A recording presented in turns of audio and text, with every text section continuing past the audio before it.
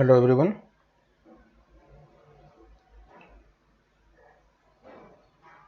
Audio clear है सबका?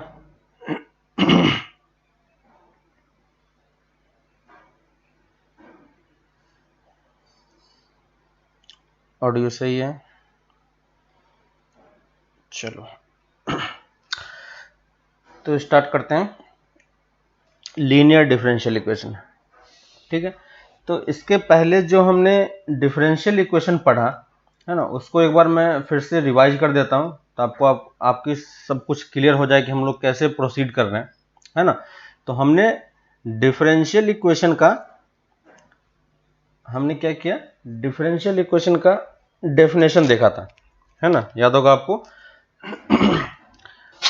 हमने डिफरेंशियल इक्वेशन देखा, उसका हमने क्या देखा, डिग्री और ऑर्डर देखा, है ना। तो पहली चीज हमें ये देखा, इस पे कुछ क्वेश्चंस बनते हैं, तो वो आप ध्यान रखना कि कैसे हमें डिग्री और ऑर्डर निकालना होता है, ठीक है।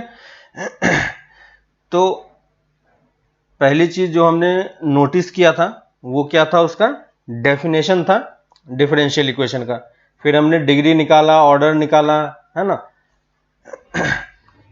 तो फर्स्ट डेफिनेशन था, फिर डिग्री देखा हमने, इसी के साथ साथ हमने ऑर्डर भी देखा कैसे निकलता है। इसके बाद हमने टाइप्स ऑफ सॉल्यूशंस देखे, है ना, कि टाइप्स ऑफ सॉल्यूशन कैसा होता है। और इसके बाद हम लोग फॉर्मेशन पे आ गए थे, है ना, फॉर्मेशन ऑफ डिफरेंशियल इक्वेशन। तो हमने इक्वेशन को फॉर्म करना सीखा कि किस केस में डिफरेंशियल इक्वेशन फॉर्म होता है ना। तो फॉर्मेशन में याद रखना कि हमेशा हम फॉर्मेशन किस वाले पार्ट से करेंगे, जनरल सॉल्यूशन से ही करेंगे, ठीक ना। और इसके बाद हमने ये देखा कि डिफरेंशियल इक्वेशन को सॉल्व कैसे करना है ना। तो ये वाला पार्ट जो था, अगर हमें जनरल सॉल्यूशन दिया हुआ है तो हम यहां से क्या कर सकते हैं, डिफरेंशियल इक्वेशन को बना सकते हैं, है ना। तो ये वाला पार्ट हमारा क्या था, फॉर्मेशन था, है ना। और फॉर्मेशन में हमने क्या किया था, डिफरेंशिएट किया था, क्योंकि हमें डिफरेंशियल इक्वेशन बनाना है तो हमें डिफरेंशिएट करना होगा, है ना। और अगर डिफरेंशियल इक्वेशन गिवन है और हमसे सॉल्यूशन पूछता है तो इसको हम क्या कहते हैं, सॉल्यूशन ऑफ डिफरेंशियल इक्वेशन, है ना। तो अगर हमें इक्वेशन दिया हुआ है तो हम उसका सॉल्यूशन भी निकाल सकते हैं, और सॉल्यूशन निकालने का तरीका क्या होगा कि हमें करना होगा, है ना। तो इंटीग्रेशन और डिफरेंशिएशन यहां पे इस प्रोसेस में यूज हो रहा है, ठीक है।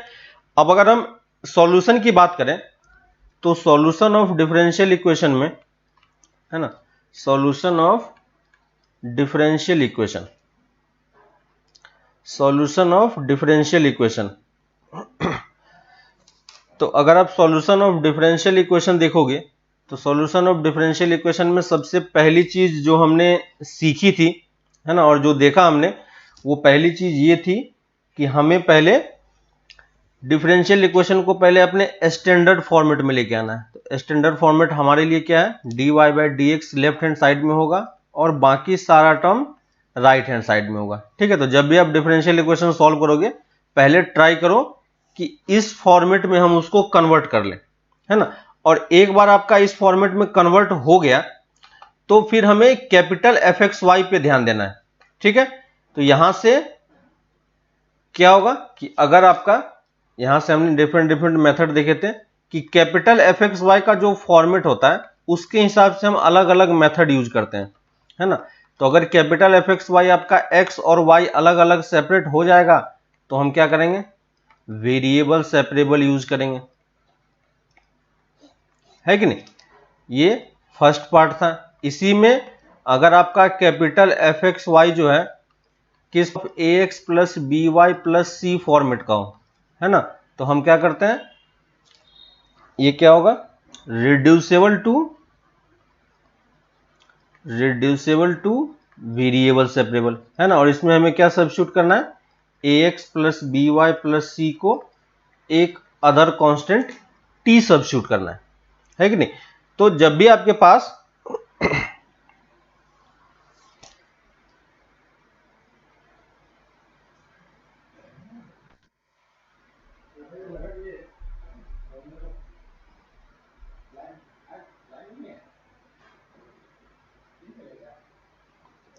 ठीक है। तो जब भी आपके पास इस टाइप से ax plus B Y plus C format का कुछ कैपिटल एफ एक्स वाई के अंदर में कुछ फॉर्मेट हो, या कोई कैपिटल एफ एक्स वाई में जो एक्स वाई का टर्म है ना, अगर वो लीनियर फॉर्मेट का दिखाई देता है, किस फॉर्मेट का? लीनियर फॉर्मेट का, है ना। तो अगर कैपिटल एफ एक्स वाई आपका लीनियर फॉर्मेट का दिखाई देगा,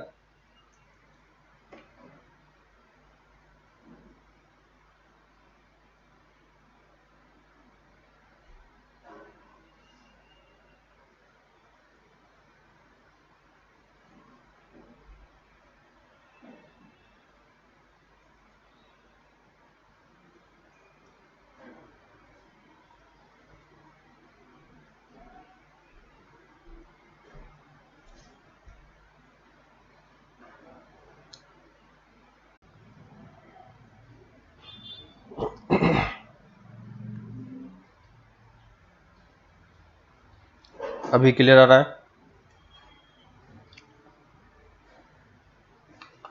ठीक है।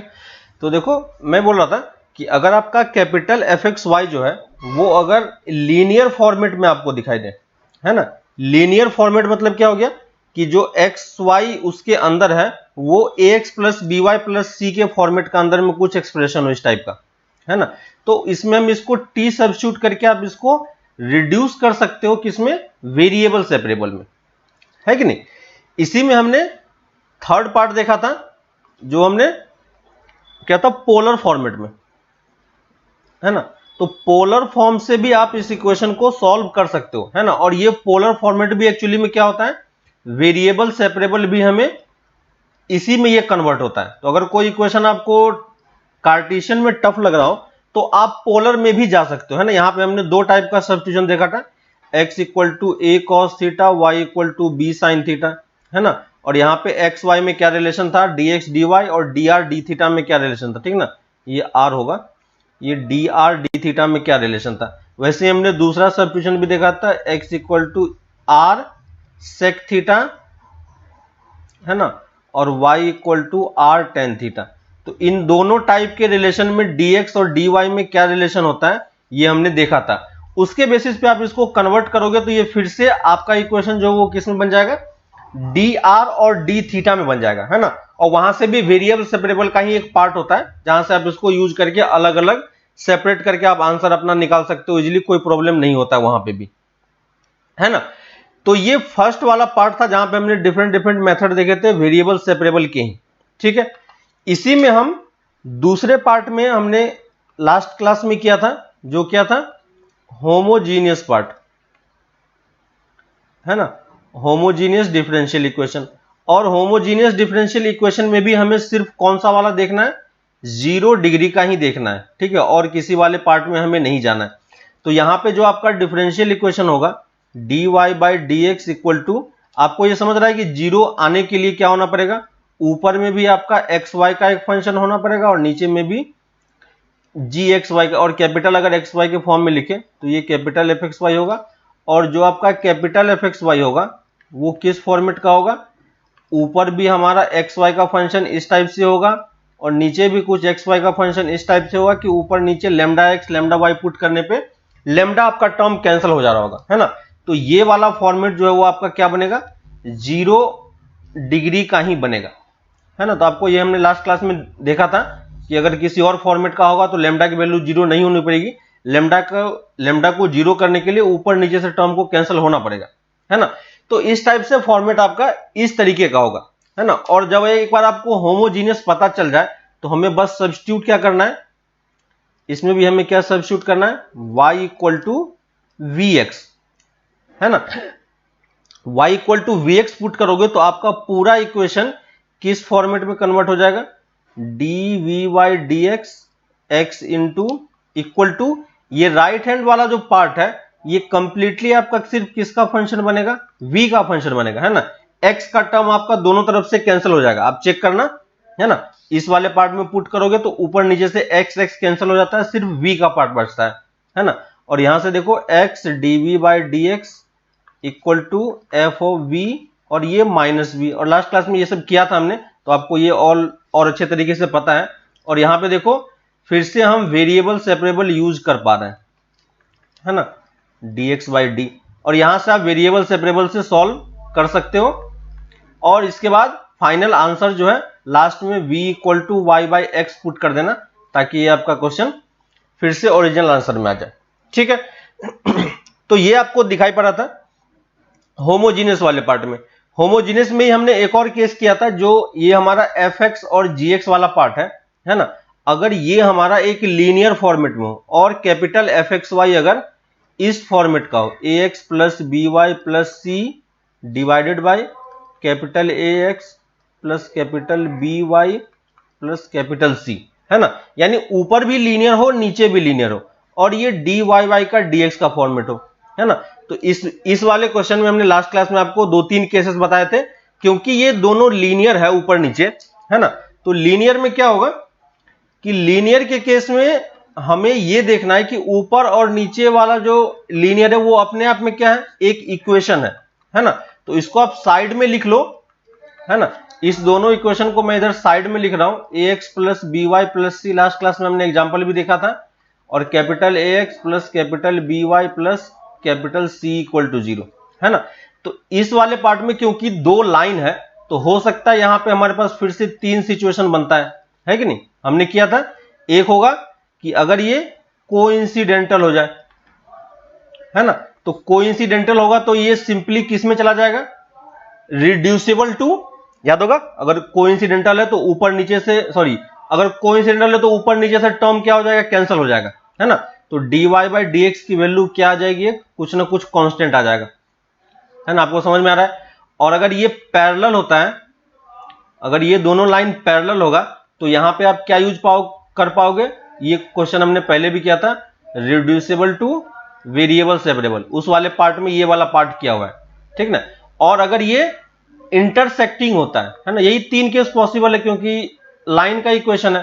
तो अगर ये इंटरसेक्टिंग होता है तो हमें इस दोनों इक्वेशन का, इक्वेशन 1 और इक्वेशन 2 को हमें सॉल्व करके, है ना, सॉल्व इक्वेशन 1 एंड इक्वेशन 2, और हमें इंटरसेक्शन पॉइंट निकालना है, ठीक है। तो लेट की इंटरसेक्शन पॉइंट h कॉमा के है ना। तो हम यहां पे पर्टिकुलरली कौन सा वाला पार्ट लेके चल रहे हैं कि ये इंटरसेक्शन बन रहा हो, ठीक है। इंटरसेक्शन अगर बन रहा है तो आप इस तरीके से कर सकते हो, है ना। तो हमें यहां पे क्या सब्स्टिट्यूट करना होता है, x equal to capital x plus h और small y equal to capital Y plus k, है ना, स्मॉल k।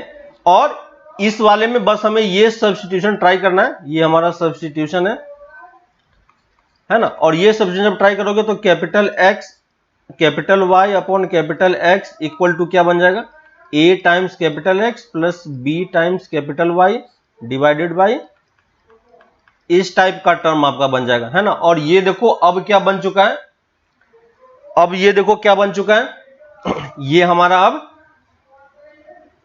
हमारा अब होमोजीनियस बन चुका है, ठीक है। और यहां से आगे सॉल्व करने के लिए हमें capital Y equal to v of capital x के टर्म में सॉल्व करना है, ठीक है। ये सब्स्टिट्यूट हमें, इसमें 2 बार आपको काम करना पड़ेगा, है ना। तो ये पुट करो और फिर फाइनली जब आप आंसर निकालोगे तो हमें आंसर जो है, हमारा जो आंसर है वो किसके टर्म में होना चाहिए, small x and small y के टर्म में होना चाहिए, ठीक है। तो ये चीज ध्यान रखना कि फाइनली आपको, क्योंकि इसमें हमने 2 सब्स्टिट्यूशन किया है, एक कैपिटल x कैपिटल y और फिर यहाँ पे vx भी सब्स्टिट्यूट किया है ना। तो ये चीज आपको सॉल्व करना पड़ेगा, ठीक है। यहां तक हमने देखा था कि होमोजीनियस तक कैसे सॉल्व होता है। अब अगर कुछ क्वेश्चन होते हैं जो यही सब हमने, जब आप क्वेश्चन सॉल्व करोगे, ठीक है, तो क्वेश्चन सॉल्व करने के साथ ही आपको यही सब मेथड भी चेक करना है। पहले आप वेरिएबल सेपरेबल चेक करो, अगर वेरिएबल सेपरेबल के सारे मेथड में से कोई मेथड काम नहीं कर रहा है, तब हम किस पे आएंगे, होमोजीनियस वाले पार्ट पे आएंगे। होमोजीनियस में भी जितने केसेस हैं वो सारे केसेस चेक करो, अगर वो भी काम नहीं करता है तो हम थर्ड वाले पार्ट पे आते हैं, जिसको हम बोलते हैं लीनियर डिफरेंशियल इक्वेशन, ठीक है, लीनियर डिफरेंशियल इक्वेशन, है ना। तो डिफरेंशियल इक्वेशन में आपको प्रॉब्लम नहीं होगी क्योंकि आपको सब कुछ किया हुआ है और इसी टाइप के क्वेश्चंस बस आने वाले हैं, ठीक है। तो अब देखते हैं कि लीनियर डिफरेंशियल इक्वेशन हम किसको बोलेंगे, है ना। तो लीनियर डिफरेंशियल इक्वेशन को अगर हम डिफाइन करने का ट्राई करें कि लीनियर डिफरेंशियल इक्वेशन कैसा होगा, तो डेफिनेशन लिख लो पहले इसका, लीनियर डिफरेंशियल इक्वेशन का। जब भी आपके पास कोई लीनियर डिफरेंशियल इक्वेशन होगा, ठीक है, तो वो हमेशा इस फॉर्मेट का ही आपको दिखेगा। ठीक है, देखो किस फॉर्मेट का है, डेरिवेटिव का कोई ना कोई पावर तो होगा ही। ठीक है, तो मान लेते हैं कि ये m ऑर्डर का डेरिवेटिव है। ठीक है, ये मैं इन जनरल फॉर्मूला आपको इन जनरल फॉर्मेट बता रहा हूं, ये वाला plus p1x d to the power m-1, power नहीं है वो m-1 है तो डेरिवेटिव है ना, इस टाइप से बढ़ता जाएगा। और p of n-1 into x, m लेके चल रहे हैं, d to the power y by d x plus pmx y equal to, इधर मान लो कोई एक x का फंक्शन है। ठीक है, तो ये जनरल एक फॉर्मेट होता है लीनियर इक्वेशन का, है ना। ये क्या है, जनरल फॉर्म ऑफ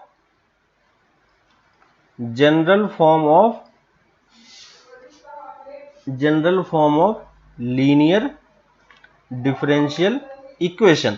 लेकिन इस वाले में देखोगे कि ऑर्डर कितना है, तो ऑर्डर हम कैसे डिफाइन करते हैं, तो ऑर्डर इसका जो हाईएस्ट ऑर्डर होगा वही हम डिफाइन करते हैं। तो यहां पे हमने किस ऑर्डर का लिया हुआ है, mth ऑर्डर का लिया हुआ है ना। तो इस वाला ये इन जनरल फॉर्मेट में है, इसलिए हमने mth ऑर्डर का लिया हुआ है। ठीक है, तो यहां पे इसके कुछ पॉइंट्स लिख लेते हैं जो हमें इस वाले पार्ट से दिखाई दे रहा है। तो फर्स्ट पॉइंट है कि जो आपका डिपेंडेंट वेरिएबल है, ठीक है, लिख लो डिपेंडेंट वेरिएबल, पहले पॉइंट्स लिख लेते हैं फिर इसको एक्सप्लेन करते हैं। Dependent variable and its derivative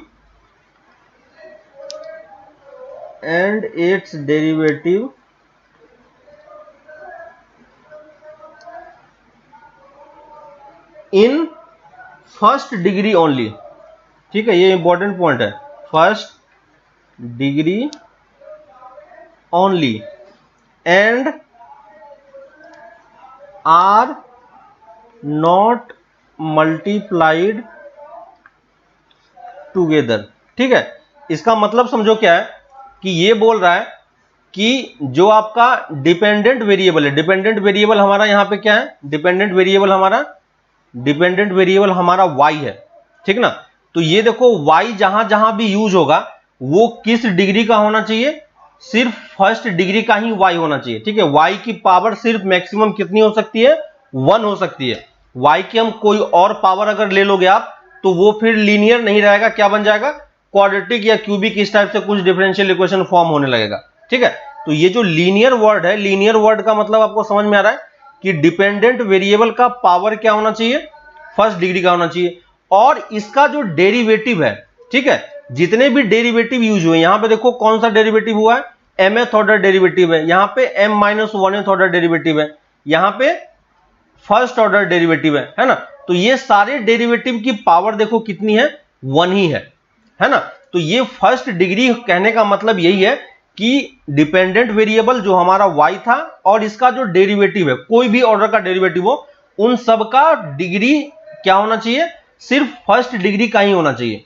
और आपस में कोई टर्म मल्टीप्लाई नहीं होना चाहिए। ठीक है, आपस में कोई टर्म मल्टीप्लाई नहीं होने का क्या मतलब हो गया कि dy बाई dx है ना, कोई डेरिवेटिव का टर्म आपस में मल्टीप्लाई नहीं होना चाहिए और डिपेंडेंट वेरिएबल टर्म आपस में मल्टीप्लाई नहीं होना चाहिए। ठीक है, ये दोनों आपस में एक दूसरे के साथ क्रॉस हो सकता है। ठीक है, लेकिन y का किसी y के साथ मल्टीप्लिकेशन नहीं होना चाहिए, y डैश का किसी और डेरिवेटिव, किसी और ऑर्डर के डेरिवेटिव के साथ मल्टीप्लिकेशन नहीं होना चाहिए। ठीक है, तो आपको ये फर्स्ट पॉइंट ध्यान रखना है। इसी में सेकंड पॉइंट पे आते हैं। सेकंड पॉइंट लिख लो, all the derivative should be in polynomial form. ये तो आपको ऑलरेडी समझ में आ रहा होगा है ना। क्यों? क्योंकि हम यहाँ पे लीनियर की बात कर रहे हैं, है ना। तो लीनियर है तो ऑब्वियसली ये पॉलिनोमियल ही होगा। तो जो आपका डिफरेंशियल डेरिवेटिव है वो क्या होना चाहिए? पॉलिनोमियल फॉर्मेट का होना चाहिए, ठीक है। और ऑर्डर जो है ना, third point, the order may be more than 1, ठीक है। तो जैसे देखो यहाँ पे mth ऑर्डर है, m-1th ऑर्डर है, 1 ऑर्डर है, इस टाइप से हमने लिया है, ठीक है। लेकिन ये एक इन जनरल एक्सप्रेशन है ना, ये जनरल फॉर्म है ना। और जनरल फॉर्म का ये प्रॉपर्टी जो हमने लिखा हुआ है, ये किसका लिखा हुआ है? जनरल फॉर्मेट का लिखा हुआ है। हमें जो पढ़ना है, हमें जो डिफरेंशियल इक्वेशन पढ़ना है, वो डिफरेंशियल इक्वेशन कौन सा डिफरेंशियल इक्वेशन पढ़ना है, ठीक है। ये बस आप देख लो, इसमें कुछ ज्यादा समझने और एक्सप्लेन करने की जरूरत नहीं है, बस उसके प्रॉपर्टी पे बेस्ड है। हमें जो पढ़ना है वो हमें सिर्फ कौन सा पढ़ना है? First order and first degree differential equation, first degree linear differential equation, ठीक है। तो अगर हमारे सिलेबस में कोई डिफरेंशियल इक्वेशन देता है तो बाय डिफॉल्ट वो कौन सा ऑर्डर और कौन सा डिग्री का होगा? फर्स्ट ऑर्डर और फर्स्ट डिग्री का ही होगा, ठीक है। तो हमारे बुक में, एनसीईआरटी बुक में और जेईई के सिलेबस में जो कुछ भी दिया हुआ है वो सिर्फ क्या है? फर्स्ट ऑर्डर और फर्स्ट डिग्री का ही दिया हुआ है। और अगर फर्स्ट ऑर्डर और फर्स्ट डिग्री का दिया हुआ है तो फर्स्ट ऑर्डर और फर्स्ट डिग्री का differential equation in general format में कैसा दिखाई पड़ेगा आपको, है ना। तो इन जनरल फॉर्मेट में ये कैसा दिखाई पड़ता है? जो हमें डिफरेंशियल इक्वेशन दिखाई पड़ेगा, यहां पे देखो, जो डिफरेंशियल इक्वेशन आपको दिखाई पड़ेगा यहां से आगे जो है ये फर्स्ट ऑर्डर का है ना। जैसे जैसे आप लेफ्ट की तरफ बढ़ते जाओगे आपका ऑर्डर चेंज होता जाएगा, ठीक है।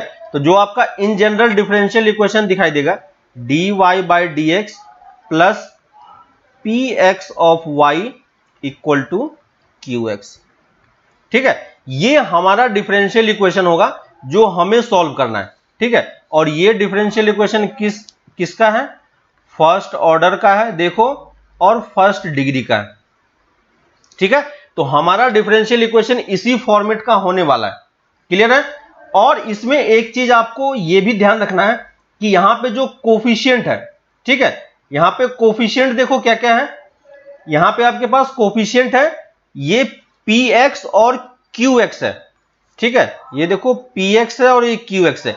तो यहां पे हमें ये ध्यान रखना है कि dy बाई dx का फॉर्मेट ये होना चाहिए, एंड p, अगर मैं इसको x को हटा दूं अभी के लिए, p और x y के फॉर्मेट में लिखूं तो p and q should be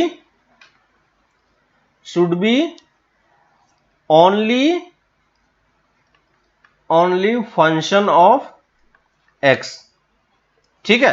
तो ये इंपॉर्टेंट पॉइंट हमें ध्यान रखना है। यानी यहां पे जो आपको p दिख रहा है ये क्या होगा? कोई ना कोई x का फंक्शन होगा, q जो होगा वो भी x का ही फंक्शन होगा, है ना। तो ये हमें दो पॉइंट ध्यान रखना है कि फर्स्ट डिग्री फर्स्ट ऑर्डर का होना चाहिए, ठीक है। वो ऑब्वियसली आपको दिख जाएगा कि हाईएस्ट डिग्री, देखो इसका ऑर्डर और डिग्री तो आप निकाल ही सकते हो डिफरेंशियल इक्वेशन का, है ना। तो डिफरेंशियल इक्वेशन का ऑर्डर डिग्री निकालोगे तो ये यही आएगा। लेकिन अगर इसमें आपको लीनियर फॉर्म करना है, लीनियर डिफरेंशियल इक्वेशन, है ना, तो लीनियर बोलने के लिए आपको ये चीजें ध्यान रखनी पड़ेगी, है ना, कि ये पहला टर्म देखो dy बाई dx का टर्म है, ठीक है। पहला टर्म क्या है? पहला टर्म हमारा dy बाई dx का टर्म है, और इसके साथ सेकेंड वाले टर्म में एक x का फंक्शन होगा और उसके साथ y मल्टीप्लाई होगा, ठीक है। ये y का पावर आपको चेंज नहीं होना चाहिए, क्योंकि आपने यहां पे derivative first linear differential equation का हमने प्रॉपर्टी देखा था, है ना। तो इस प्रॉपर्टी में आपने देखा था कि y जो होगा वो क्या होगा? y क्या होगा? y हमेशा फर्स्ट ऑर्डर फर्स्ट डिग्री का ही होगा, है ना। तो हमें सिर्फ फर्स्ट डिग्री का ही चूज करना है, क्लियर है कि नहीं। तो आपको ये चीजें हमें ध्यान रखनी है इस डिफरेंशियल इक्वेशन के लिए, ठीक है। यहां पे एक और चीज है ना।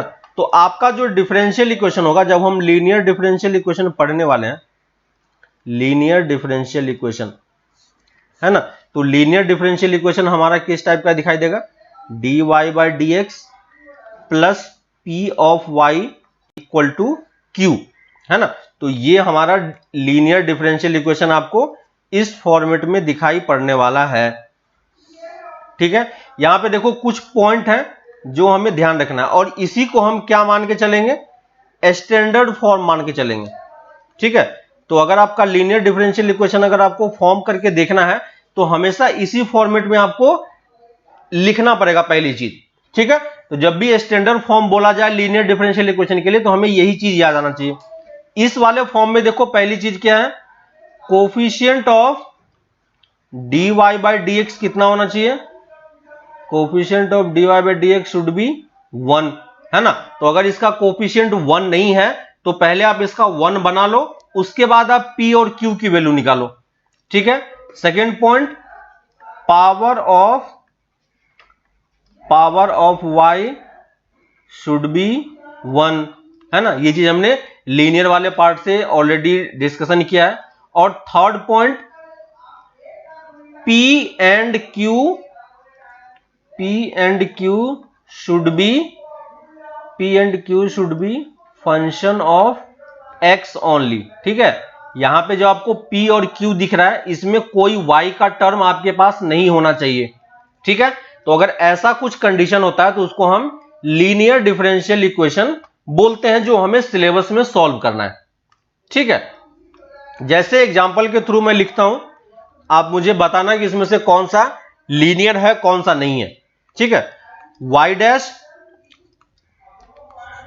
ठीक है, पहला मैं एग्जांपल लिख रहा हूं, आप मुझे बताना कि ये लीनियर डिफरेंशियल इक्वेशन होगा या नहीं। dy by dx plus xy equal to e to the power x, बताओ ये लीनियर डिफरेंशियल इक्वेशन में काउंट होगा या नहीं। dy by dx plus x square plus 1 into y equal to sine x, बताओ ये सेकेंड वाला डिफरेंशियल इक्वेशन होगा या नहीं। चेक करके बताओ जल्दी से, चेक करके बताओ जल्दी से।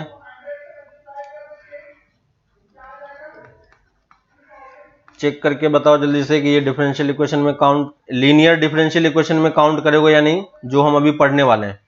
ठीक है, फर्स्ट का बताओ,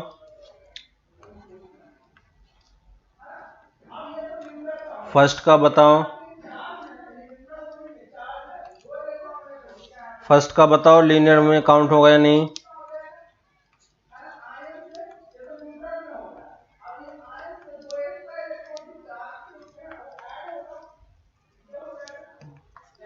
क्या होगा फर्स्ट में,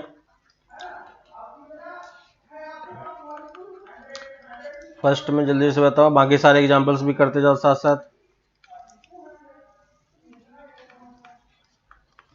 बताओ जल्दी से होगा या नहीं। और अगर लीनियर डिफरेंशियल इक्वेशन होगा तो p और q की वैल्यू भी आपको साथ साथ निकालते जानी है। ठीक है, बताओ जल्दी से होगा या नहीं।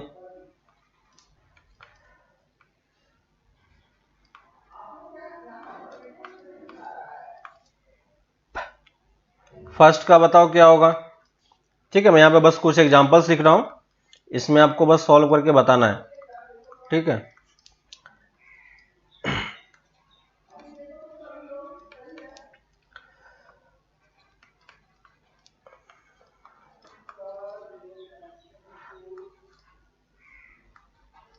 ठीक है, अब देखो फर्स्ट वाले में, फर्स्ट डिफरेंशियल इक्वेशन में लीनियर डिफरेंशियल इक्वेशन में काउंट करेंगे या नहीं। तो देखो पहली चीज तो dy बाई dx का कोफिशिएंट 1 है ना, तो पहला वाला कंडीशन तो सही है। दूसरा वाला y की पावर 1 है। ठीक है, और p और q जो है वो x का फंक्शन है, तो ये क्या होगा, डिफरेंशियल इक्वेशन होगा। और अगर ये डिफरेंशियल इक्वेशन है तो p और q की वैल्यू हम लिख सकते हैं कि नहीं, तो p की वैल्यू यहां पे कितनी होगी, x, और q की value e to the power x। Clear है। सेकेंड वाले में देखो, सेकेंड भी क्या है, लीनियर डिफरेंशियल इक्वेशन है। कैसे पता चला, dy बाई dx का कोफिशिएंट 1 है ना, y की पावर 1 है और बाकी सारा x का फंक्शन है। तो यहां से अगर कोई हमसे पूछता है कि p की वैल्यू कितनी होगी, तो एक्स स्क्वायर प्लस 1 और q की वैल्यू साइन x में काउंट होगा। ठीक है, थर्ड में देखो क्या ये लीनियर इक्वेशन होगा या नहीं? dy बाई dx का कोफिशिएंट 1 है, यहाँ पे देखो y की पावर 1 है और इसके साथ जो मल्टीप्लाइड है वो x का फंक्शन है और राइट हैंड साइड में भी x का फंक्शन है, तो ये भी डिफरेंशियल इक्वेशन है। यहां से अगर कोई हमसे पूछता कि p की वैल्यू कितनी होगी तो p और q हम निकाल पाते हैं यहां पे इजिली। ठीक है, थर्ड में देखो, थर्ड हो गया। फोर्थ में देखो dy बाई dx का कोफिशिएंट तो 1 है ना, यहां पे कोई प्रॉब्लम नहीं है। यहां पे देखो y जो है वो log का फंक्शन बन गया है ना, याद होगा आपको कि y क्या होना चाहिए, x पॉलिनोमियल फॉर्मेट का होना चाहिए, है ना। तो यहां पे देखो ये एक्चुअली में आपका log का फंक्शन बन गया। सिंपली हमें क्या चाहिए था, y चाहिए था, आपको याद होगा y dash plus p of y equal to q, है ना। तो p के साथ y मल्टीप्लाई चाहिए हमें, ln y मल्टीप्लाई नहीं चाहिए। ठीक है, तो ये हमारे लिए डिफरेंशियल इक्वेशन में काउंट नहीं होगा, और डिफरेंशियल इक्वेशन में काउंट नहीं होगा तो फिर हम इसका ऑर्डर और डिग्री सॉरी p और q वैल्यू कैलकुलेट करने का कोई मतलब नहीं है। सेकेंड वाले में भी देखो y की पावर कितनी हो रही है, x स्क्वायर हो रहा है, इसलिए ये भी क्या है, ये भी क्या है, लीनियर में काउंट नहीं होगा। थर्ड वाला, सिक्स्थ वाला देखो कोफिशिएंट तो 1 है, यहां पे y की पावर भी 1 है, लेकिन इस तरफ वाला पार्ट देखो x का फंक्शन नहीं है ना, तो ये इसलिए ये भी क्या है, लीनियर में काउंट नहीं करेंगे इसको हम। ठीक है, सेवेंथ वाला देखो, सेवेंथ वाला लीनियर है, बाकी सब में कोई प्रॉब्लम नहीं है, लेकिन यहां पे कोफिशिएंट 1 नहीं है। ठीक है, तो जब हमें कोफिशिएंट लिखना होगा तो पहले हमें इसको 1 बनाना होगा, तो इसको हम क्या करेंगे, x से डिवाइड कर देंगे। तो जब आप x से डिवाइड करोगे तो यहां पे p की वैल्यू आपके पास कितनी हो जाएगी, ln x बाई x, और q की वैल्यू हम क्या लिखेंगे, sin x बाई x। ठीक है, तो ये चीज हमें ध्यान रखना है कि जब भी आपके पास लीनियर इक्वेशन में x और y का कोफिशिएंट में कुछ मल्टीप्लाई हो रहा हो तो आप इस तरीके से उसको एडजस्ट कर लो पहले। ठीक है, एट्थ वाला देखो y स्क्वायर है और यहां पे y है, तो अगर हम y से डिवाइड करेंगे तो देखो क्या बनेगा, ये dy by dx plus sign x, और y से एक y कैंसिल हो जाएगा। ठीक है, और इस तरफ भी एक y आ जाएगा, तो देखो कोफिशिएंट 1 तो बन गया, यहां पे पावर तो 1 हो गई, है ना, यहां तक सही है। लेकिन राइट हैंड साइड में फिर से हमारा y का भी फंक्शन आ गया, इसलिए ये भी क्या होगा, हमारा डिफरेंशियल इक्वेशन नहीं होगा। ठीक है, तो डिफरेंशियल इक्वेशन को, लीनियर डिफरेंशियल इक्वेशन को देखने का तरीका ये होता है। ठीक है, तो अब आप इजीली चेक कर सकते हो कि लीनियर डिफरेंशियल इक्वेशन कौन सा होगा कौन सा नहीं होगा। ठीक है, अब हम आते हैं कि अगर हम एक बार अगर चेक कर पाए तो हम एक्चुअली में सॉल्व कैसे करेंगे। ठीक है, solution of linear differential equation. तो अभी तक हमने सिर्फ ये देखा कि अगर लीनियर डिफरेंशियल है या नहीं है हम कैसे चेक करते हैं, तो पहले उसमें हमें कंफर्म होना है। एक बार उसमें आप अगर कंफर्म हो गए तो फिर हम आते हैं सॉल्यूशन वाले पार्ट पे।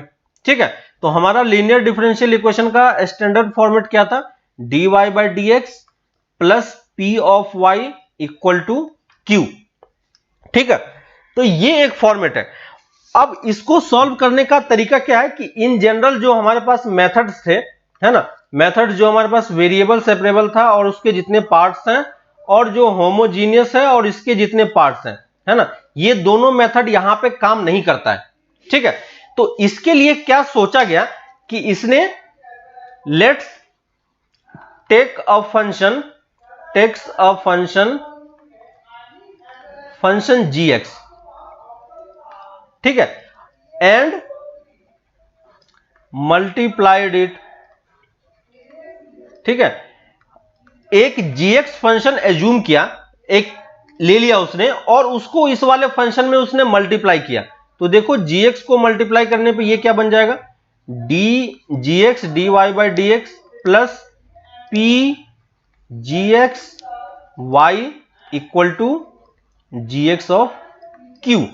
ठीक है, और देखो सोचो कि अगर हमारा लेफ्ट हैंड साइड वाला पार्ट, जो हमारा ये लेफ्ट हैंड साइड वाला पार्ट है, ये वाला पार्ट, ठीक है, अगर ये किसी भी तरीके से इस फॉर्मेट में कन्वर्ट हो जाता, dy by dx of gx into y.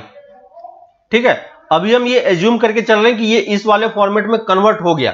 ठीक है, तो देखो इस वाले फॉर्मेट में कन्वर्ट हो गया, तो राइट हैंड साइड में क्या है, ये भी x का फंक्शन है, ये भी x का फंक्शन है।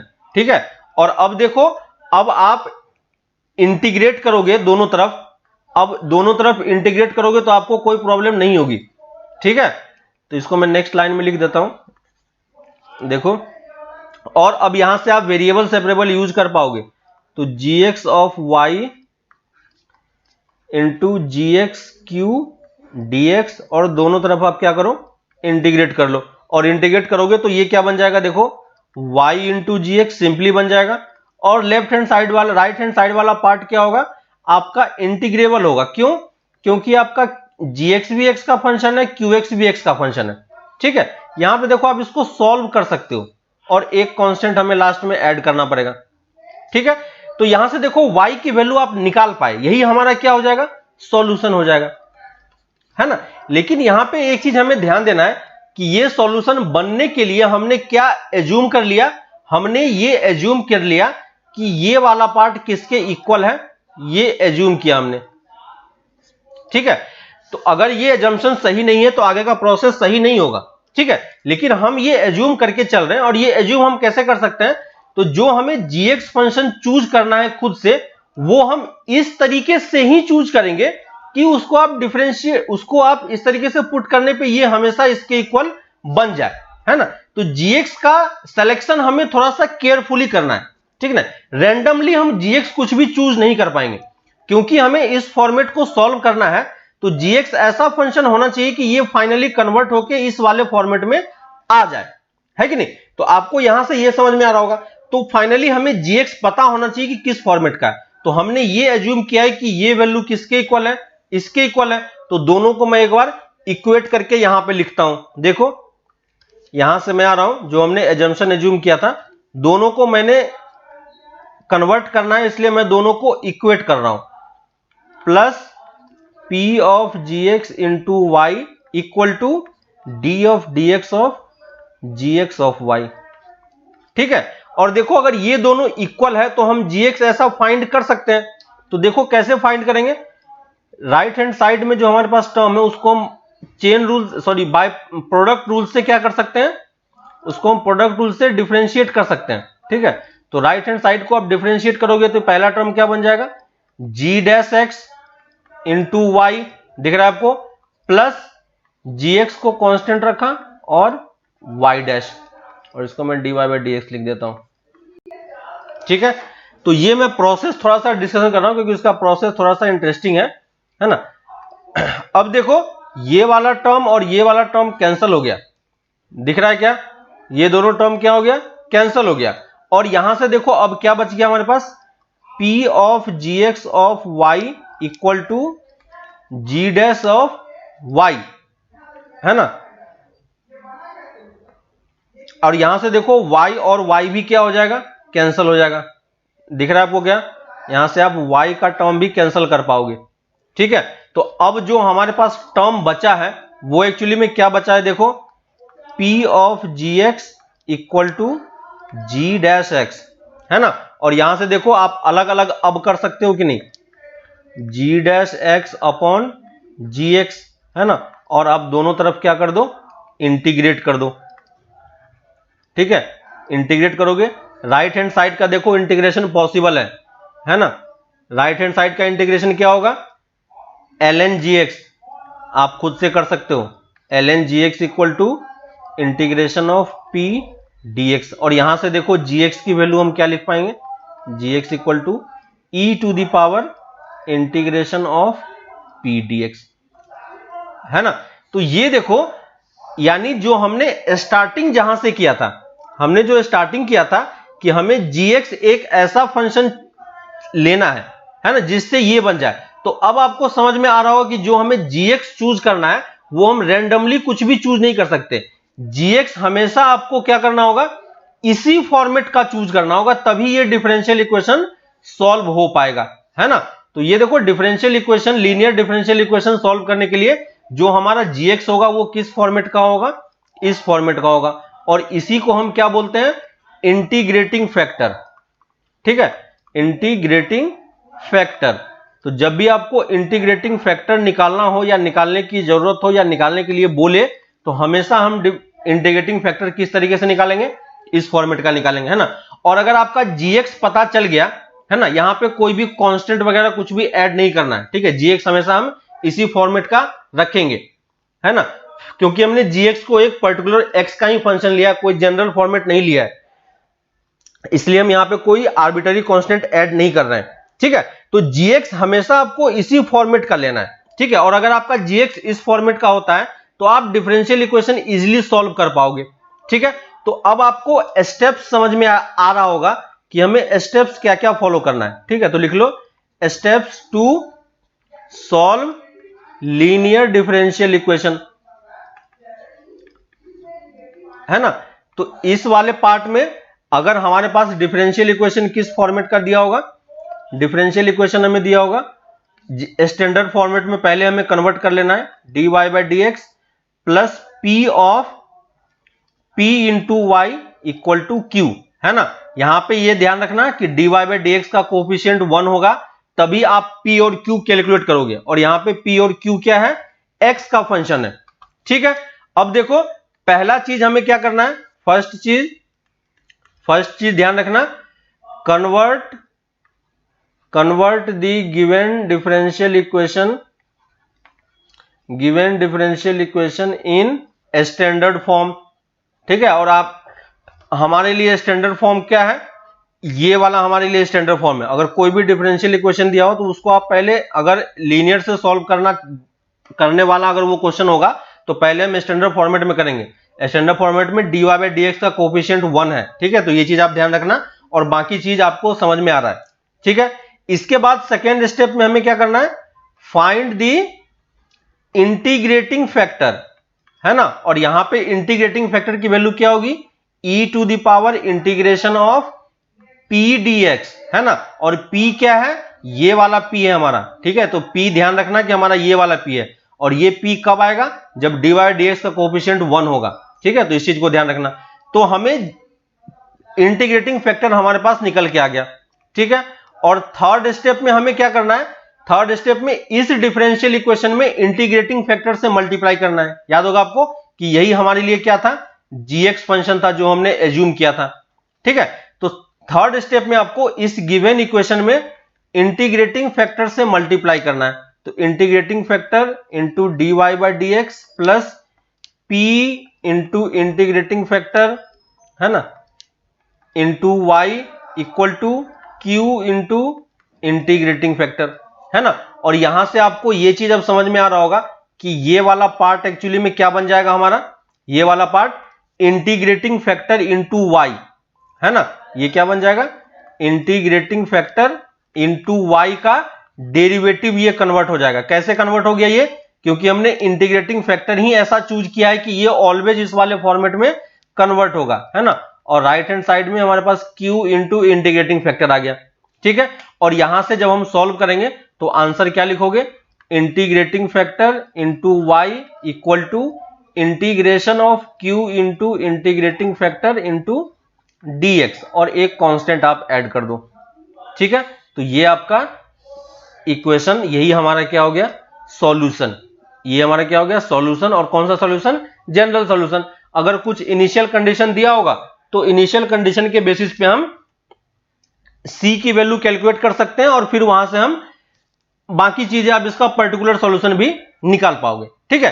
तो इतना जो हमने मेथड देखा वो सब मेथड हमें देख लेना बस, ठीक है। समझने वाला पार्ट और जो हमारा सॉल्व करने का तरीका होगा, बस ये इतना ही 3 स्टेप का क्वेश्चन है। पहले स्टैंडर्ड फॉर्मेट में कन्वर्ट करो, इंटीग्रेटिंग फैक्टर निकालो, मल्टीप्लाई करो और आंसर लिखो, है कि नहीं। ये 3-4 स्टेप में आपका ये क्वेश्चन सॉल्व हो जाएगा, इसमें कोई प्रॉब्लम नहीं होगी आपको, ठीक है। तो हम कुछ एग्जांपल्स देखते हैं ताकि आपको ये और अच्छे तरीके से क्लियर हो। एग्जांपल के फॉर्म में आप लिखोगे तो ये थोड़ा सा अच्छे तरीके से आपको दिखेगा कि इसको हमें कैसे सॉल्व करना है, ठीक है। तो देखो यहां पे अगर हमें इसे सॉल्व करना होगा तो हम क्या करेंगे, जैसे मैं एक एग्जांपल ले रहा हूं, ठीक है। एग्जांपल हमारे पास ये है x ln x into dy by d x plus y equal to 2 ln x, ठीक है। ये मैंने मान लो एक डिफरेंशियल इक्वेशन क्रिएट किया। पर्टिकुलरली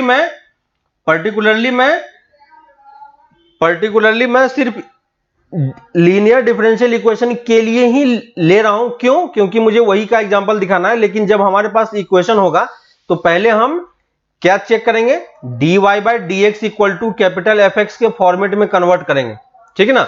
और इस फॉर्मेट में कन्वर्ट करने के बाद आपको वेरिएबल सेपरेबल चेक करना है, होमोजीनियस चेक करना है। अगर ये दोनों काम नहीं करता है तब इसको इस फॉर्मेट में कन्वर्ट करके हम लीनियर के बारे में सोचेंगे। क्लियर है? तो ये आपको समझ में आना चाहिए। तो यहां पे देखो, अगर ये लीनियर फॉर्मेट में कन्वर्ट होगा तो हमें क्या करना होगा, पहले इसको स्टैंडर्ड फॉर्मेट में लेके आना होगा। तो स्टैंडर्ड फॉर्मेट में लाने के लिए dy बाई डी एक्स का कोएफिशिएंट को 1 बनाना पड़ेगा। तो यहां पे देखो dy बाई डी एक्स के कोएफिशिएंट को मैं 1 बना रहा हूं, x ln y x से मैंने डिवाइड कर दिया। तो देखो ये वाला टर्म हमारे पास जनरेट हो गया, और यहां से आप ये फॉर्मेट कन्वर्ट हो गया, पूरा लीनियर स्टैंडर्ड फॉर्मेट में है। तो यहां से हम p और q लिख सकते हैं। तो p की वैल्यू कितनी होगी, x ln x, और q की वैल्यू कितनी होगी, 2/x। तो हमने p और q निकाल लिया। अब क्योंकि ये लीनियर डिफरेंशियल इक्वेशन है तो पहली चीज हमें जो कैलकुलेट करनी होगी वो क्या होगा, इंटीग्रेटिंग फैक्टर। तो इंटीग्रेटिंग फैक्टर क्या लिखेंगे, e to the power integration of p dx, और p की वैल्यू कितनी होगी, 1/x into ln x dx, है ना। और यहां पे देखो ये आप इजीली सॉल्व कर सकते हो कि नहीं, ln x को t लोगे तो 1/x dx dt बन जाएगा। तो ये क्या बन जाएगा, dt बाई टी, और dt बाई टी की वैल्यू कितनी हो जाएगी, ln, है ना, क्या हो जाएगा, ln t, और e to the power ln t format में बन जाएगा, है ना। e to the power ln t की वैल्यू हम क्या लिख पाएंगे, t, और हमने t किसको एज्यूम किया है, t हमने किसको एज्यूम किया है, ln x को, है ना। यहां पे हमने क्या किया, ln x को t सब्स्टिट्यूट किया।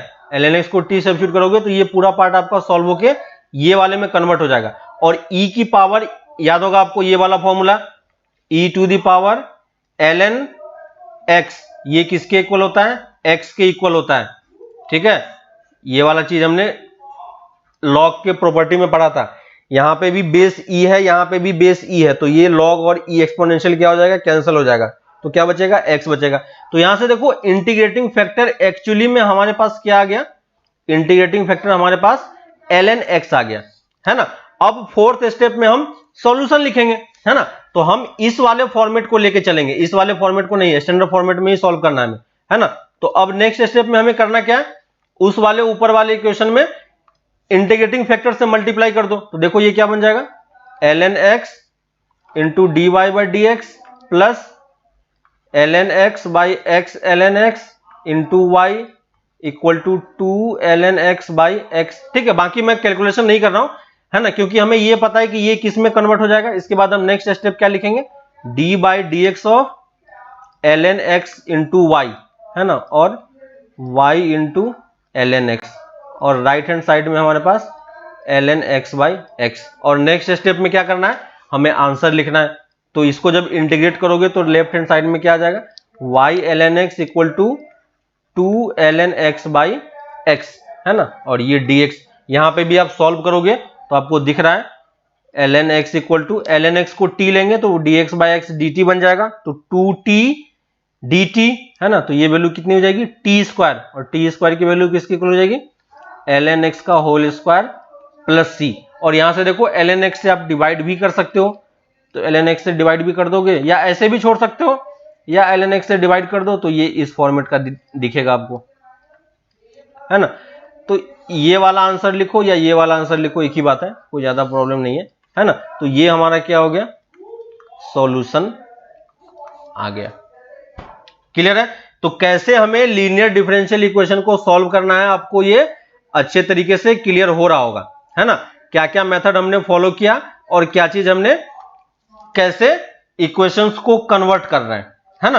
तो ये हमारा था लीनियर डिफरेंशियल इक्वेशन का बेसिक पार्ट, जो हमें दिखाई दे रहा था कि लीनियर इक्वेशन को हमें कैसे सॉल्व करना है। ठीक है, तो ये यहां तक एनसीईआरटी में हमें यहीं तक सॉल्व करना है। ठीक है, बोर्ड के पर्पज से अगर क्वेश्चन आएगा तो हम इसी तरीके से सॉल्व करेंगे। क्लियर है? लेकिन अगर हमें जेई में अगर ये क्वेश्चन आता है ना, तो जेई के लिए हमारे पास इसमें थोड़ा सा और वेरिएशन भी रहता है ना, सिर्फ इतने तक ही नहीं है, इसी में कुछ और वेरिएशंस भी होते हैं जिसको हमें थोड़ा सा देखना है। ठीक है, तो वो वाला पार्ट हम लोग नेक्स्ट क्लास में कंप्लीट करेंगे। अभी के लिए आप एनसीईआरटी बुक से कुछ क्वेश्चंस ट्राई कर सकते हो जो कि काफी इजी है। ठीक है, उन सारे क्वेश्चंस को आप देख सकते हो। एक्सरसाइज 9.6 में आप question number 1 to question number 10 ठीक है, 10 क्वेश्चन इजी क्वेश्चन है, ये सारे क्वेश्चन लीनियर पे ही बेस्ड है। आप देखो कि कैसे ये क्वेश्चन सॉल्व हो रहा है और कैसे हम इसको सॉल्व कर पा रहे हैं। ठीक है, एक चीज इसमें ये ध्यान रखना कि हमने यहां पे क्या बोला, ठीक है, एक और पॉइंट आप लिख लो यहां पे, इसी में इंपॉर्टेंट पॉइंट है। तो ये dy by d x plus p y equal to q है ना, तो अगर ये फॉर्मेट होगा तो ये क्या होगा हमारे पास, लीनियर होगा। और ये लीनियर किस में होगा, इन dy बाई डी एक्स, है ना। लीनियर की बात अगर बोलोगे तो यहां पे हमने dy बाई डी एक्स का फॉर्मेट लिया है ना, and p and q are function of x only. ठीक है, लेकिन अगर आपका differential equation dx by d y में फॉर्म होता है ना, पॉसिबल है dx बाई डी वाई में भी फॉर्म हो सकता है, तो कभी कभी क्या होता है कि dy बाई dx में भी इक्वेशन आपको लीनियर दिखाई पड़ता है और dx बाई dy में भी लीनियर दिखाई पड़ता है ना। तो लीनियर अगर इस टाइप से होगा तो dx बाई dy में होगा तो यहां y की जगह पे क्या आ जाएगा, x हो जाएगा, है ना। तो ये लीनियर किस में होगा, लीनियर होगा ये dx बाई dy में लीनियर होगा, है ना। और यहां पे जो p और q का फंक्शन होगा, p and q are function of y only होना चाहिए। ठीक है, तो ये चीज आप ध्यान रखना कि यहां पे p और q जो है वो हमारा किसका फंक्शन होगा, p और q हमारा ये y का फंक्शन होना चाहिए, क्योंकि जो डिफरेंशियल इक्वेशन है वो किस में फॉर्म हो रहा है, वो फॉर्म हो रहा है हमारा dx बाई dy में, है ना। तो ये दो चीजें ध्यान रखना। और अगर dx बाई dy में होगा तो प्रोसेस क्या होगा सॉल्व करने का, प्रोसेस फिर से वही चीज है, सेम ही चीज है। ठीक है, इसमें भी हमें इंटीग्रेटिंग फैक्टर निकालना होगा, तो इंटीग्रेटिंग फैक्टर हम क्या लिखेंगे, e to the power p और dx के जगह पे क्या आ जाएगा, dy, क्योंकि p किसका फंक्शन है, y का फंक्शन है ना। और इसका जब सॉल्यूशन लिखोगे तो सॉल्यूशन कैसे लिखोगे, है ना, फिर से इंटीग्रेटिंग फैक्टर से मल्टीप्लाई करोगे तो ये किसका डेरिवेटिव बन जाएगा, d by d x of x into integrating factor, है कि नहीं। और राइट हैंड साइड में क्या आ जाएगा, q into integrating factor. Process same है, बस x और y का प्लेस चेंज हो रहा है ना। और यहां पे जब इसको इंटीग्रेट करोगे तो लेफ्ट हैंड साइड में क्या आ जाएगा, x into integrating factor equal to q into integrating factor, लेकिन अब हम इसको dy के रिस्पेक्ट में इंटीग्रेट करेंगे, है ना। तो आपका function x as a function, y as a function of x आएगा। ठीक है, लेकिन फर्क नहीं पड़ता, कोई प्रॉब्लम नहीं है उससे, है ना। तो यहां पे लीनियर का दो फॉर्मेट आपको दिखाई पड़ेगा, एक dy बाई dx में दिखाई पड़ेगा, एक dx बाई dy में दिखाई पड़ेगा। ठीक है, तो ये करने का पर्पस ये होता है कि कभी कभी क्या करता है कि वो इक्वेशन आपको लिख के तो देगा dy बाई dx में, ठीक है, लेकिन आप dy बाई dx में अगर क्वेश्चन सॉल्व करने का ट्राई करोगे तो वो किसी भी मेथड से सॉल्व नहीं होगा। ठीक है, तो पहले जब हमारे पास क्वेश्चन होगा तो आप पहले क्या ट्राई करो कि सबसे पहले आप dy by dx standard format में लिखो जो डिफरेंशियल इक्वेशन का था। ठीक है, इस फॉर्मेट में आप लिखोगे, इस फॉर्मेट में लिखने के बाद आप पहले वेरिएबल सेपरेबल चेक करो और उसके वैरायटीज चेक करो, होमोजीनियस चेक करो, इसके वैरायटीज चेक करो। अगर ये दोनों काम नहीं आता है तो हम इसको लीनियर में कन्वर्ट करेंगे, है ना। और लीनियर में हमारे पास फिर से दो पार्ट है, या तो आप पहले dy बाई dx में लीनियर बना के देखो कि उसमें लीनियर बन रहा है कि नहीं, है ना। अगर इसमें लीनियर नहीं बन रहा होगा तो आपको dx बाई dy में लीनियर बना के देखना है। ठीक है, तो यहां पे आपको दोनों केस चेक करना पड़ेगा, अगर ये इसमें भी सॉल्व नहीं हो रहा है तो, है ना, इसमें सॉल्व नहीं होगा तो ये इसमें सॉल्व हो जाएगा, है ना। और अगर पहले हमारा इसी फॉर्मेट में सॉल्व हो गया तो ये चेक करने की जरूरत नहीं पड़ेगी। ठीक है, तो यहां पे दो चीजें आपको ये ध्यान रखनी है। इसका मैं एक छोटा सा एग्जांपल आपको दे देता हूं ताकि आपको क्लियर हो जाए।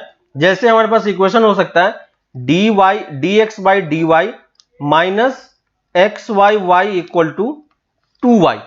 ठीक है, तो यहां पे देखो ये क्या है, dx बाई dy में लीनियर है ना। यहां पे आप इसको dy बाई dx में करोगे तो क्वेश्चन सॉल्व नहीं होगा। ठीक है, तो ये क्या है, dx बाई dy में लीनियर है, और dx बाई dy में लीनियर है तो p की वैल्यू यहां से कितनी हो जाएगी, -1 बाई y, और q की वैल्यू कितनी हो जाएगी, 2y बाई, है ना। dy बाई dx का कोफिशिएंट क्या है, 1 है, तो बाकी कोई प्रॉब्लम नहीं है। और इसका इंटीग्रेटिंग फैक्टर अब आप क्या लिखोगे, e to the power -1 by y dy, है ना। और ये चीज कितनी हो जाएगी, e to the power -ln y, और ये चीज किसके इक्वल हो जाएगा, 1/y के इक्वल, है ना। तो इंटीग्रेटिंग हमारा फैक्टर कितना आ गया, 1/y। और इसका जब हम सॉल्यूशन लिखेंगे, मैं डायरेक्टली लिख रहा हूं, क्या हो जाएगा, x into integrating factor equal to q into integrating factor into dy, है ना। ये देखो डायरेक्टली मैंने आंसर लिखा। और यहां से तो लेफ्ट हैंड साइड में कोई प्रॉब्लम नहीं है, राइट हैंड साइड में देखो ये टर्म भी कैंसिल हो गया, तो ये चीज किसके इक्वल हो जाएगा, ट्वाइस y प्लस c। और यहां से आप y से मल्टीप्लाई भी कर सकते हो, x equal to 2y² plus cy, है ना। तो ये आपका इक्वेशन का सॉल्यूशन हो गया इस वाले फॉर्मेट में, है ना। तो आप ध्यान देना कि बस ये dy/dx में लीनियर है या dx/dy में लीनियर है, ठीक है। तो ये इंपॉर्टेंट कुछ बेसिक पॉइंट थे जो एनसीईआरटी लेवल तक आप क्वेश्चंस कर सकते हो, ठीक है। तो एक्सरसाइज 9.6 के आप क्वेश्चन नंबर 1 to 10 ट्राई करना, ठीक है। क्वेश्चन नंबर 1 to 10 ट्राई करो। इसके बाद हम लोग कल की क्लास में और इसी का वेरिएशन देखेंगे कि लीनियर में ही और कौन कौन से वेरिएशंस आते हैं जो जेई के टाइप का, ठीक है। तो एनसीईआरटी तक यहां तक आपका कंप्लीट हो चुका है, यहां तक कोई प्रॉब्लम नहीं है, ठीक है। तो 9.6 के आप 10 से आगे भी सारे क्वेश्चन कंप्लीट कर सकते हो, लेकिन 1 to 10 कंप्लीट करना। कोई डाउट होगा तो बताना, फिर हम लोग नेक्स्ट क्लास में इसी को और आगे कंटिन्यू करेंगे और लीनियर वाले पार्ट को कंप्लीट करेंगे, ठीक है। तो फिर हम लोग यहां से आगे नेक्स्ट क्लास में मिलते हैं, तब तक आप ये एक्सरसाइज कंप्लीट करो, ठीक है। चलो बाय।